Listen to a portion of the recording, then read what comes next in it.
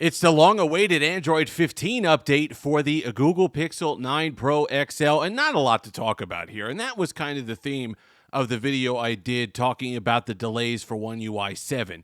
You're going to see more and more of this. The actual Android versions and update numbers themselves are going to mean less and less.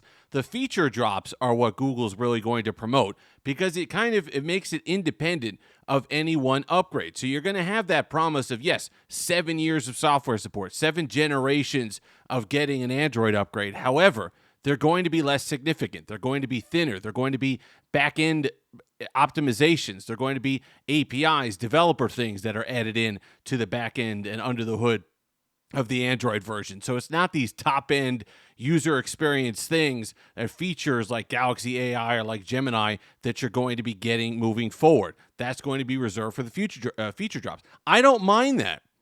If you had to tell me that 6 years from now, my Pixel 9 Pro XL, I had to choose between getting the latest and greatest, but it bogging down the experience of the phone, or having a lean, mean experience that keeps basically a lot of the speed and functionality that I'm used to, but with less of the new features, I'm going to choose the latter.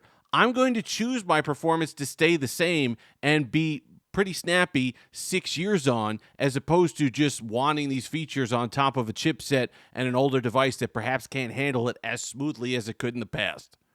So I get it. It feels like a ripoff. Maybe you're saying like, wait a minute, I was promised 7 years of no compromise, whatever, and you're going to get your Android upgrades, you're going to get your security patches, but it's going to look different.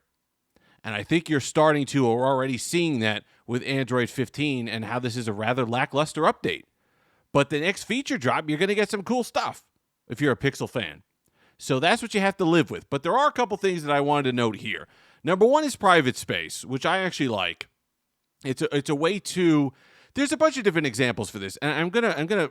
You have to be careful how you phrase things on YouTube because of certain topics that you're really not supposed to address. But if you have a situation where you don't want somebody seeing your phone, or they have access to your phone, and you don't want them seeing certain conversations or apps or things that you use that may be whatever the case may be, right? You can use your imagination. There's plenty of reasons why, some not so nice reasons why you'd need a certain area that you can just access. So that is something that we've seen on other devices before. Huawei's done it before. I know that you can have a locked folder on other devices. Samsung's had that before. So it's not exactly a new concept, but it is nice to see it here. And you kind of, once you set it up, you kind of scroll to the bottom and you could see private here. I don't know if you could put in the settings where you just make that disappear so they don't even know that there's a private space there, but you can unlock it with a different PIN than the one, or different pattern than the one that you have to unlock your phone, and a different fingerprint. So that's what I have. So when I set it up, I put it like my index finger was the fingerprint there. And it works well. And once you unlock that, a little folder comes up and you have kind of the apps there that you could then add and have a separate Google account set up for. So you can have a completely different app set. So when you have stuff in there or an app downloaded, it's not going to show up in your regular app drawer in your on your regular account. So that's something that you could utilize and something that can be used. The second thing, more importantly, practically, was basically battery life. I wanted to make sure, since there were delays with Android 15, they were taking their time to get it right. I wanted to make sure that the already fantastic battery experience I was getting on my Pixel 9 Pro XL wasn't ruined, because I've had that happen before. And I like the fact that Google took their time, still getting phenomenal battery life. Battery drain is next to nothing on this device. If you've avoided Pixel devices in recent years because of just the battery drain, awfulness, overheating, all those things that absolutely plagued the Pixel 6, Pixel 7, for some of the older devices, this is the device that should bring you back into the fold. This is the device that kind of turns you around and gives me confidence that Google can release a phone that has a good battery life and has, the power and efficiency and no overheating issues. Because Android 15, still fine. I know some people on Reddit were complaining about battery issues. Don't know. Maybe that was early days. Maybe that was a different build. Maybe they were on the beta. I don't know. Mine is running fine.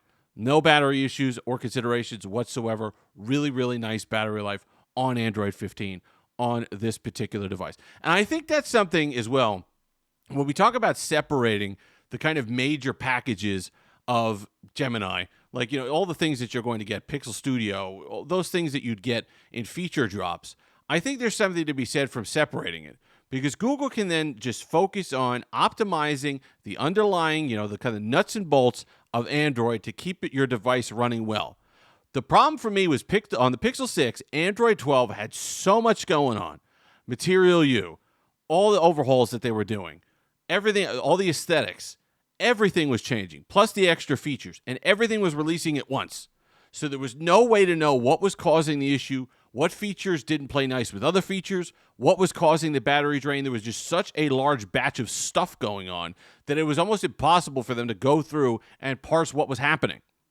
So I liked this more kind of measured approach to updates. Here's features on Android 14 that we got with the launch of the Pixel 9 Pro XL, a platform that we know is stable, running well, had months of updates. So if there were something introduced that were a problem, we'd know how to isolate the problem and eliminate it.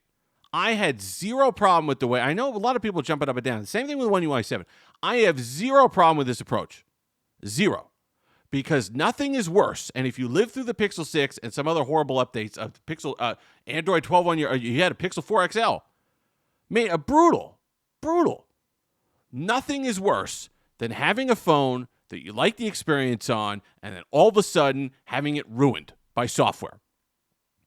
Updates, features, all that stuff is important. But the underlying part of any phone should be it just runs well. So separating the major feature additions from just the everyday Android upgrades, I think is a pretty good idea. And I understand that it's going to net them money in the future because they're going to charge subscriptions for Galaxy AI and Gemini and all the rest of it. So they're going to find a way to kind of get extra money out of you, or try to get extra money out of you, and make the Android upgrades less attractive. Fine, get it. That's part of the deal, unfortunately. But like I said, if it means that 6 years from now, my Pixel 9 Pro XL is running okay, but it means I don't have Gemini Nano 3.0 or Pixel Studio 7, that the cat that I draw isn't as detailed or abstract as it would be on a new phone, I'm going to live with that. If it means I get to use my banking apps and financial institution apps on here without worry, if it means I get patches for vulnerabilities, I understand a lot of that stuff happens through the Play Store anyway. But it is nice to have the functionality, especially for app developers, extending support for apps to older versions of Android. That's a nice thing as well. If you're getting the new APIs, if you're getting the new stuff under the hood on an Android 19, 20, it means that your Discord version or Netflix can run on the older device longer. A lot of upside to having these updates like this. A lot of upside to the Android updates themselves becoming a little less feature-rich. You're still getting stuff here. There's still improvements to be had, but I think you just get used to and buckle up and know that it's just going to be a less interesting road in a less interesting time every October or September or whenever the new Android version comes out, or it's even delayed, because it doesn't really matter, because you've already had the new features in 4 feature drops throughout the year, because we've already had stuff added through Galaxy AI.